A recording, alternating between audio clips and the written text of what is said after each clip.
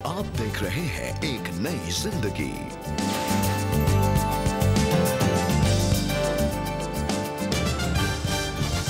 Good morning दोस्तों, आपका बहुत बहुत स्वागत है एक नई जिंदगी के आज के प्रोग्राम में। गुड मॉर्निंग फ्रेंड्स, एक नई जिंदगी में आपका स्वागत है। Thank you for joining us this morning. जी, और दोस्तों जैसा कि आप जानते हैं कि हम समावेश यानी कि इंक्लूजन के बारे में बात कर रहे हैं और आशा करते हैं कि आप सब बहुत कुछ सीख रहे हैं। आज हम जानेंगे that God does not like things to be in the same way or pattern, but God believes in variety, diversity, है ना। परमेश्वर विभिन्नता में खुश होते हैं और हम देखते हैं कि जब प्रभु यीशु मसीह इस दुनिया में थे तो उनके जो चेले भी थे, अलग अलग तरह के लोग थे और अलग अलग उनके प्रोफेशंस थे। उनका शायद बोलचाल, उनकी शायद आमदनी भी अलग होगी, उनकी एजुकेशन भी शायद अलग होगी। बिल्कुल, इनफैक्ट जिसे हम रेनबो को देखते हैं, रिबेका, रेनबो में 7 रंग है, लेकिन अगर हम यीशु के शिष्यों की टोली को देखें तो ये 12 रंग के लोग थे। ये सब एक दूसरे से अलग थे। हम जानते हैं कि 4-5 मछुआरे थे, लेकिन इन मछुआरों में भी बहुत अंतर था। कोई बिल्कुल गरम मिजाज का, कोई बिल्कुल सहमा सा, कोई चुंगी लेने वाला, कोई बागी व्यक्ति था, एक ज़ेलट, बिल्कुल अलग। लेकिन यीशु ने इन सबको इकट्ठा किया और एक बनाया, एक मुट्ठी बनाया, and that is so beautiful. Jesus is the greatest example of being inclusive. और हम जानते हैं कि कैसे ये सारे जो प्रभु यीशु मसीह के जो चेले थे, ये दुनिया भर में फैले और इन्होंने प्रभु यीशु मसीह के प्रेम को दुनिया भर में फैलाया। बिल्कुल बिल्कुल दोस्तों, परमेश्वर यही चाहता है कि हम इंक्लूसिव लोग हों और हमारी मिसाल जो है वो खुद स्वयं यीशु मसीह है दोस्तों। और आइए दोस्तों, इसी विचार के साथ हम आगे बढ़े और समय है पहचान कौन का।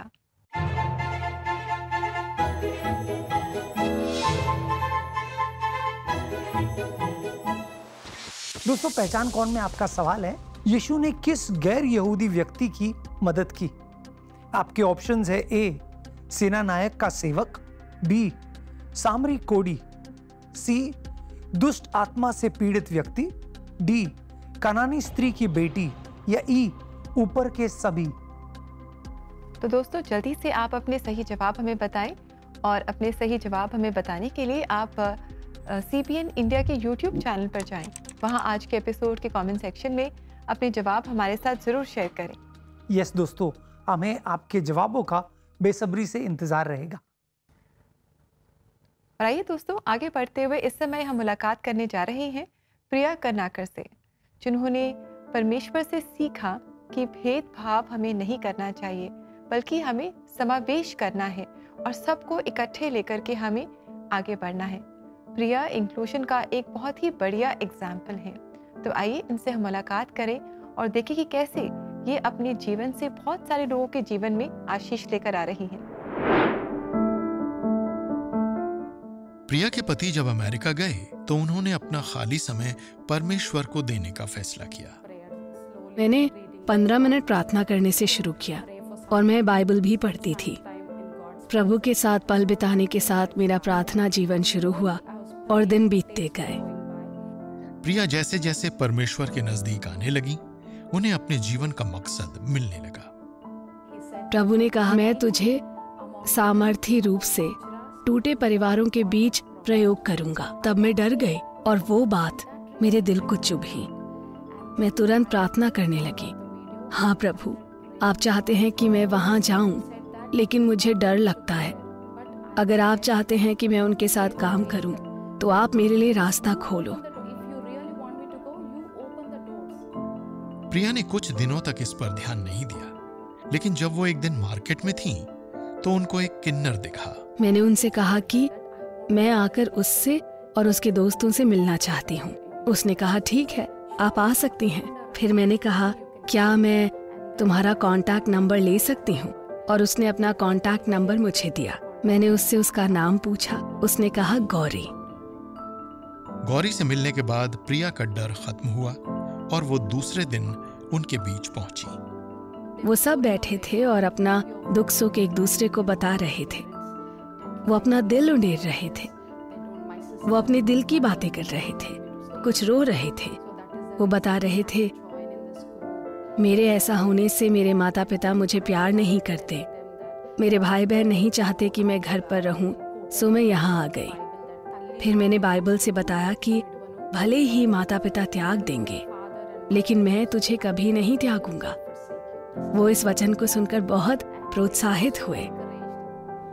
धीरे धीरे परमेश्वर के वचन प्रिया के जरिए उनसे बात करने लगे और उनमें बदलाव आने लगे।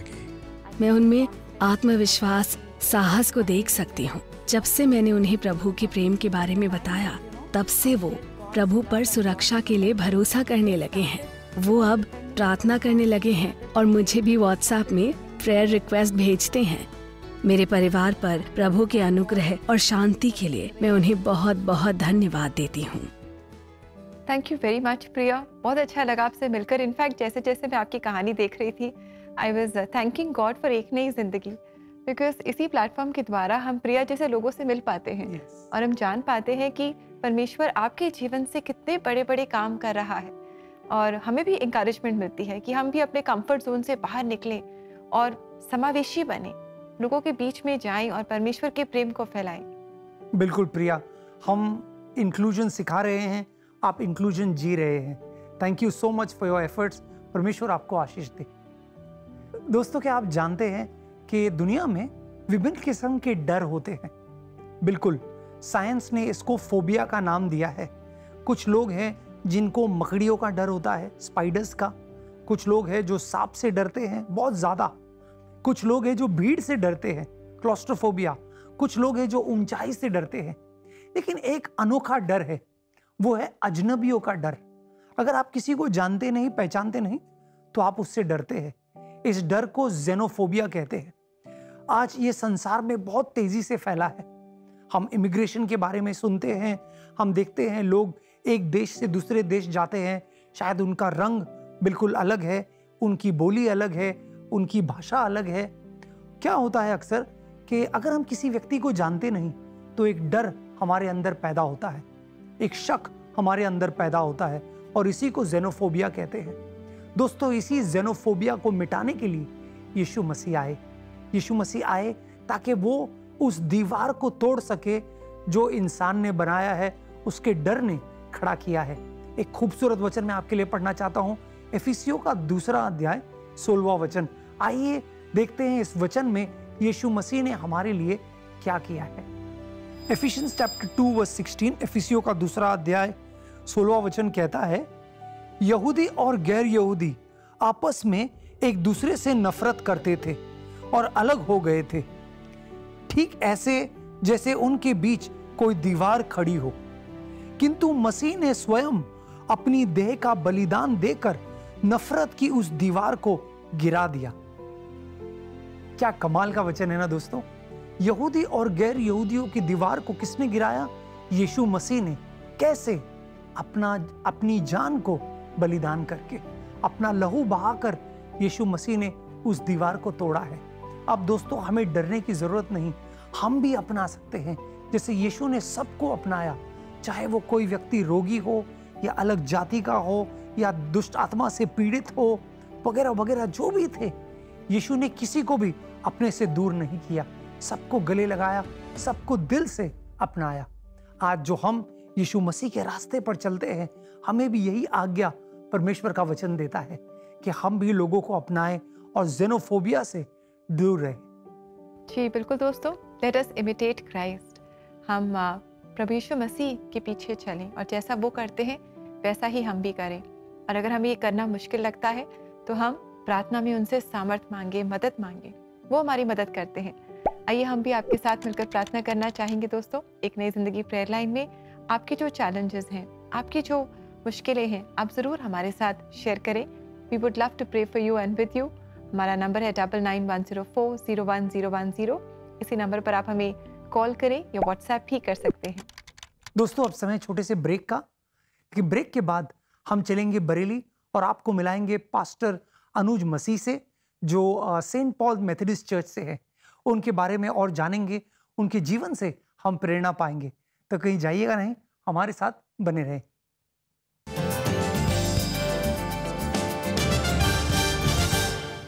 पुरानी धारणाओं से हटकर क्या दिल खोल के आप दूसरों से प्यार कर सकते हैं? क्या अलगाव की वजह से आप निराशा महसूस कर रहे हैं? क्या दूसरों के गलत व्यवहार के वजह से आप चोटित हैं? ऐसे समय में आप अकेले ना रहें। एक नई जिंदगी की प्रेयर लाइन टीम को अभी कॉल करें ऑन द नंबर 9910401010 और हम आपके साथ मिलकर प्रार्थना करेंगे।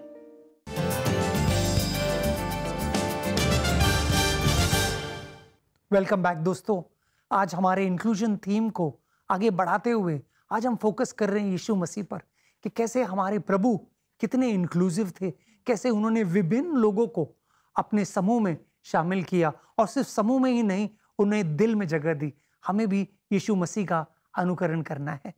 अब समय है कि हम आगे बढ़ें और आज हम आपकी मुलाकात करा रहे हैं रेवरेंड अनुज मैसी जी से, जो सेंट पॉल मेथोडिस्ट चर्च के पासवान है, saint Paul Methodist church Bareilly, जिनकी क्वायर के गीतों को हम हर थर्सडे एंजॉय कर रहे हैं और इनसे आशीष पा रहे हैं।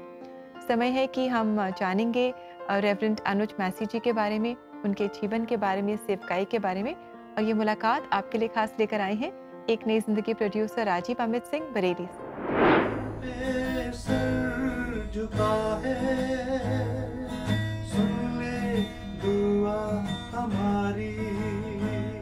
परिवार में सब बीमार पड़ गए और उस बीमारी में हमारे परिवार में एक वो स्थिति आ गई कि हम लोगों के लिए खाने की भी प्रॉब्लम होने लगी। लेकिन प्रभु उसमें भी हमको निराश नहीं होने देता था, क्योंकि मैं ये जानता हूँ कि प्रभु ने हमारे परिवार को चुन रखा था। उसी बीच मेरे जीवन में ये मौका आया कि मेरे ब्राइट चांसेस हो सकते थे, लेकिन प्रभु को कुछ और मंजूर था। एक ऑल इंडिया म्यूज़िक का कंपटीशन हुआ और उसमें मैं दिल्ली गया। दिल्ली में मेरे को उस कंपटीशन में भाग लेने का मौका मिला। ये गज़ल गाई और उसमें ऑल इंडिया में मुझे सेकंड प्राइज़ मिला। लेकिन प्रभु की इच्छा कुछ और ही थी। मैं टाल गया, मैंने कुछ ध्यान नहीं दिया। और तब एक बार मैंने अपने फादर से कहा कि डैडी आप मुझे पास्टर के ट्रेनिंग के लिए भेज दीजिए। लेकिन उस ट्रेनिंग में मैं ज़्यादा मन लगा के ट्रेनिंग नहीं कर पाया और मैं यहाँ से दिसंबर में भाग गया। उसी बीच कुछ ऐसा मौका आया कि मेरी शादी हुई और मेरे फादर ने कहा कि बेटा आप देखो कुछ काम करो। गवर्नमेंट के बहुत से जॉब के लिए मैंने एप्लीकेशन दी, लेकिन इंटरव्यू होने वाला होता था और कैंसिल हो जाता था या पोस्टपोन हो जाता था। फिर मेरे फादर ने एक दिन मुझसे कहा, बेटा तुमने खुदा के काम को ठोकर लगाई है, तुमने हल पर हाथ रखकर पीछे मुड़ के देखा है, तुम जीवन में कभी सफल नहीं होगे। और ये हकीकत थी, मैंने बहुत से काम किए। फिर मैंने अपने फादर से 1988 में कहा कि डैडी मेरे को सेमिनरी अब भेजिए। तो सेमिनरी के लिए किया गया, लेकिन मेरा इंतज़ाम नहीं हो पाया। दोबारा से फिर फॉर्म भरा गया, तब मेरा इंतज़ाम हुआ और Bareilly north India theological college में BTH करने के लिए मैं आया। और यहाँ पर मैं और साथ ही साथ मेरे बड़े भाई वो भी आए साथ में, और मेरी शादी हो चुकी थी तो मेरा परिवार हम लोग साथ में आए। लेकिन इस 33 साल की यात्रा में मैंने देखा कि मेरे पेरेंट्स ने बहुत स्ट्रगल किया। पेरेंट्स ने आज हमें जिस योग्य बनाया है, जिस तरह की शिक्षाएं दी, उन शिक्षाओं को हम कभी नहीं भूल सकते।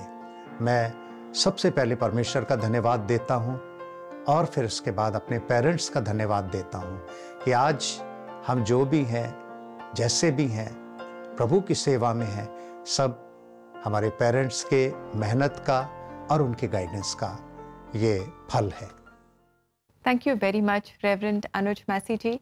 बहुत अच्छा लगा आपकी जीवन की कहानी सुनकर, कैसे परमेश्वर आपको सेवकाई में लेकर आए, और हमें भरोसा है कि आपके जीवन से बहुत सारे लोग आशीष पा रहे हैं आपकी सेवकाई से। और हमारी प्रार्थना है कि परमेश्वर आपको, आपके परिवार को, आपकी सेवकाई को और बहुत आशीषित करेंगे। यस दोस्तों, और अब समय है अनुज मसीह जी की जो कलीसिया है saint Paul's Methodist church Bareilly की, उनके द्वारा एक खूबसूरत गीत को हम सुने और इस गीत से यीशु मसीह की आराधना करें। इस गीत के बोल है, यीशु ने अपना खून बहा के। इस गीत को लेकर आए हैं हमारे ENG प्रोड्यूसर राजीव अमित सिंह। आइए इस गीत का आनंद लेते हैं। यीशु ने अपना खून बहा के मुझे बचा लिया, क्यों ना मैं गाऊंगा गीत उसी के, मुझे बचा लिया। यीशु ने अपना खून बहा के मुझे बचा लिया, क्यों ना मैं गाऊंगा गीत उसी के, मुझे बचा लिया।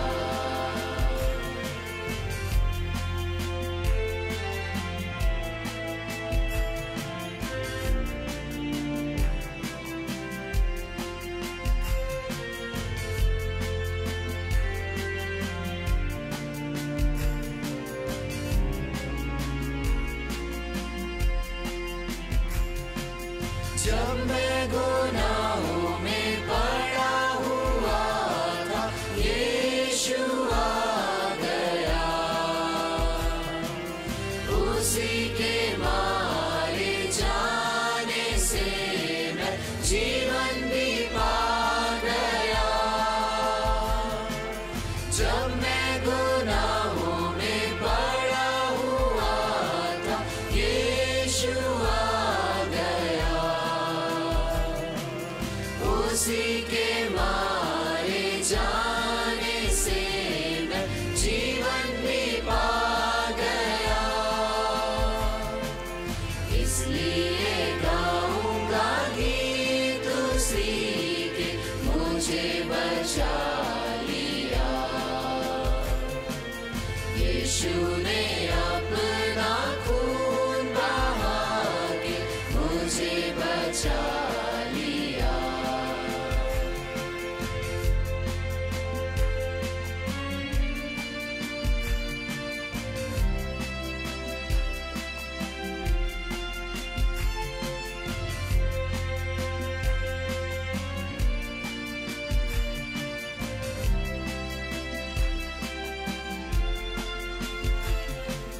मेरे गुनाहों का बोझ उठाकर क्या क्या ना उसने सहा,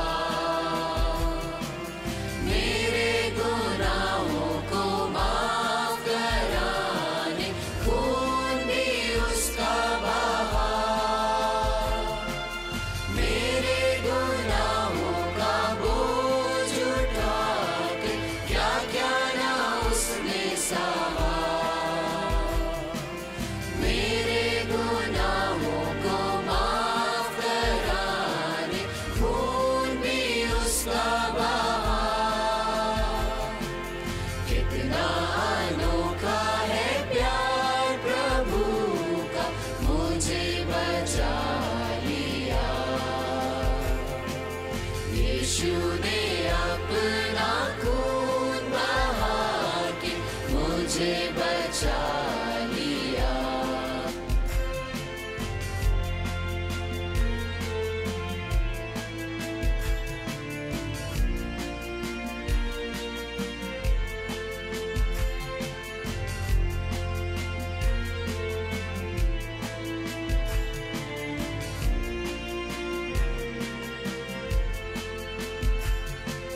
सेवा करेंगे प्यारे प्रभु की, जैसा कि उसने कहा। मर भी मिटेंगे प्यारे प्रभु में, जैसा कि उसने सहा। सेवा करेंगे प्यारे प्रभु की, जैसा कि उसने कहा। मर भी मिटेंगे प्यारे प्रभु में, जैसा कि उसने सहा।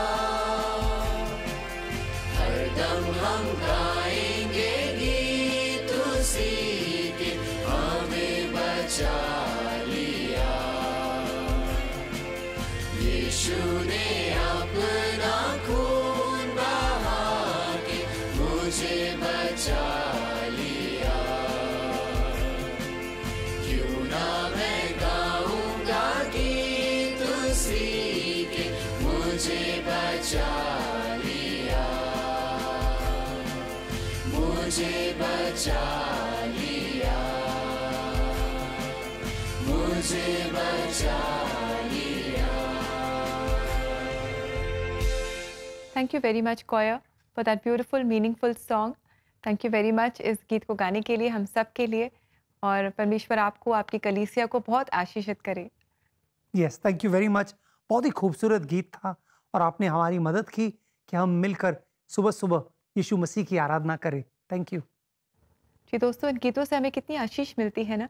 जैसे आज का ये गीत जो कह रहा था कि यीशु ने अपना खून बहाया, हम सब के लिए बहाया, किसी एक या दो के लिए नहीं, पर पूरे जगत के लिए, सब के लिए, क्योंकि सब पापी हैं। सब के लिए प्रभु यीशु मसीह ने अपना लहू बहाया, और जब हम उनके बलिदान पर विश्वास करते हैं तो हम प्रभु यीशु मसीह में अनंत जीवन पाते हैं, अपने पापों से माफ़ी पाते हैं दोस्तों।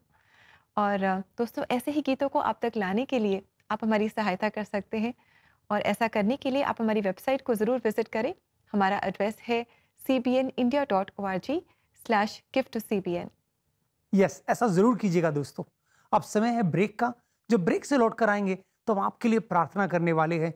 खासकर परमेश्वर हमें वो हृदय दे जो यीशु मसीह का हृदय है, सबको अपनाने वाला, सबको इंक्लूसिव करने वाला। तो कहीं जाइएगा नहीं, हमारे साथ बने रहिए। हम जल्दी लौटते हैं ब्रेक के बाद।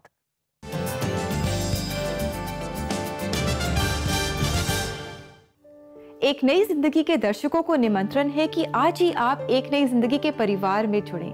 आप एक नई जिंदगी प्रोग्राम को टीवी और डिजिटल मीडिया प्लेटफॉर्म के द्वारा हर घर तक पहुंचाएं, और ऐसा करने के लिए आप हर महीने 50 रुपए का योगदान दे सकते हैं।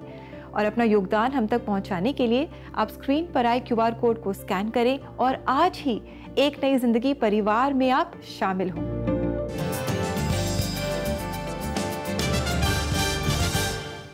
वेलकम बैक दोस्तों। आज एक नई जिंदगी प्रोग्राम में हम जान रहे हैं that the best example for us to follow for inclusion is the Lord Jesus Christ. और दोस्तों, इसी विषय पर आज पास्टर विजय कुमार हमारे साथ जुड़ रहे हैं और परमेश्वर के वचनों से वो हमें इंकरेज करेंगे, और उनके संदेश को साइन लैंग्वेज में इंटरप्रेट कर रही हैं शीतल बथुला। तो आइए हम भी इनके साथ जुड़ें। सबको जय मसीह की। हमने पिछले हफ्ते बात की थी समावेश के बारे में, और इस हफ्ते हम बात करेंगे कि हम यीशु जैसे कैसे दूसरों को शामिल कर सकते हैं। दोस्तों, यीशु मसीह ने हमें प्रेम करना सिखाया। हम समाज में रहते हुए कैसे लोगों से प्रेम कर सकते हैं, वो चाहे किसी भी जाति से हों। अगर उनके जीवन में कोई भी गलती है, तो जिस प्रकार यीशु मसीह ने प्रेम दिखाकर उनको परमेश्वर के राज्य के लिए तैयार किया, तो हमें भी समाज में वो प्रेम दिखाना चाहिए। जिस प्रकार से प्रभु के पवित्र वचन में लिखा है कि जो स्त्री गलत कार्य करती हुई, व्यभिचार करती हुई पकड़ी गई, तो लोग उसको समाज में से वंचित करना चाहते थे, उसको मारना चाहते थे।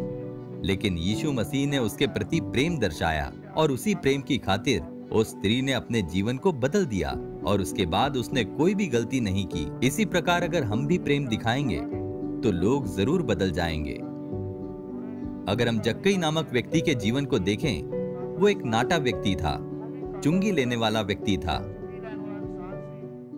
जब प्रभु यीशु मसीह ने उसके प्रति भी प्रेम दर्शाया, उसके घर गए, खाना खाया, उसके साथ मिले, तो उस व्यक्ति का जीवन भी बदल गया। और जब हम देखते हैं कि सामरी लोग, जिनको समाज के अन्य लोग अच्छा नहीं समझते थे, प्रभु यीशु मसीह ने उन्हें भी अपना प्रेम दिखाया। इसी प्रकार हमें प्रभु के पवित्र वचन के अनुसार अन्य लोगों के साथ प्रेम को बांटना चाहिए, और उसी प्रेम के कारण कई बार उनका जीवन बदल जाता है और वे अपने पापों और अपनी मुश्किलों से बाहर आ जाते हैं।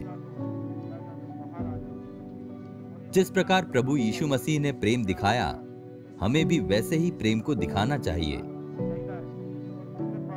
प्रभु के पवित्र वचन रोमियो 15 की 7 आयत में लिखा है, इसलिए जैसा मसीह ने परमेश्वर की महिमा के लिए तुम्हें ग्रहण किया है, वैसे ही तुम भी एक दूसरे को ग्रहण करो।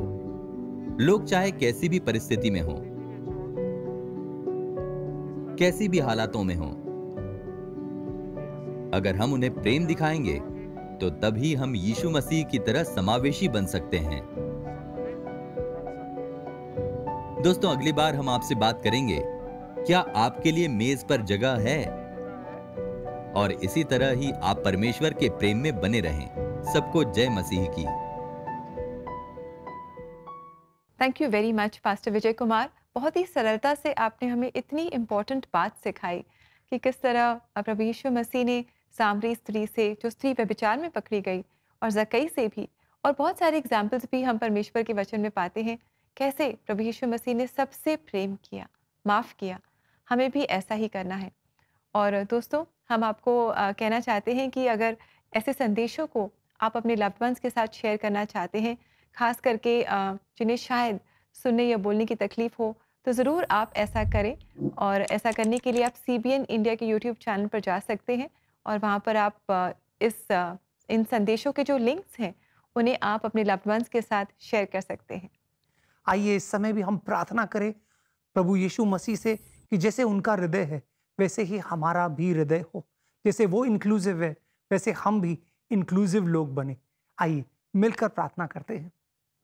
स्वर्गीय पिता, हम धन्यवाद देते हैं। धन्यवाद कि एक समय हम एक्सक्लूडेड थे, हम तुझसे अनजान थे, तेरे खिलाफ थे प्रभु, लेकिन तूने अपना प्रेम दिखाया, तूने अपना लहू बहाया, तूने हमें गले लगाया प्रभु, तूने हमें क्षमा किया है और अपने परिवार में जोड़ा है। अपना संतान कहने का सौभाग्य तूने हमें दिया है प्रभु। आज तू हमसे कहता है कि मैं तुमसे दास नहीं लेकिन दोस्त करके बात करता हूँ। धन्यवाद प्रभु कि तूने हमें गले लगाया है। विभिन्न लोग, विभिन्न जाति के, विभिन्न भाषा के लोग आज तुझ में एक है। धन्यवाद प्रभु। हम प्रार्थना करते हैं ऐसा ही हृदय हमें भी दे प्रभु। हमारे मन में कोई जेनोफोबिया ना हो, कोई भी अजनबी का डर ना हो प्रभु। हम किसी भी लोगों को लेकर कोई गलत राय ना बनाए, दूरियां ना बढ़ते, लेकिन हमें मदद कर कि तेरा प्रेम जो हमारे हृदय में आया है वही प्रेम लेकर हम दूसरों के पास जाए और उन्हें गले लगाए। ये प्रार्थना हम यीशु मसीह के नाम में करते हैं। आमीन, आमीन, आमीन। दोस्तों, याद रखें जैसे यीशु दूसरों को अपनाता है, अजनबियों को अपनाता है, वैसे हम भी सबको अपनाएं, सबको गले लगाएं। आइए समय हम देखें आज परमेश्वर का जीवित वचन।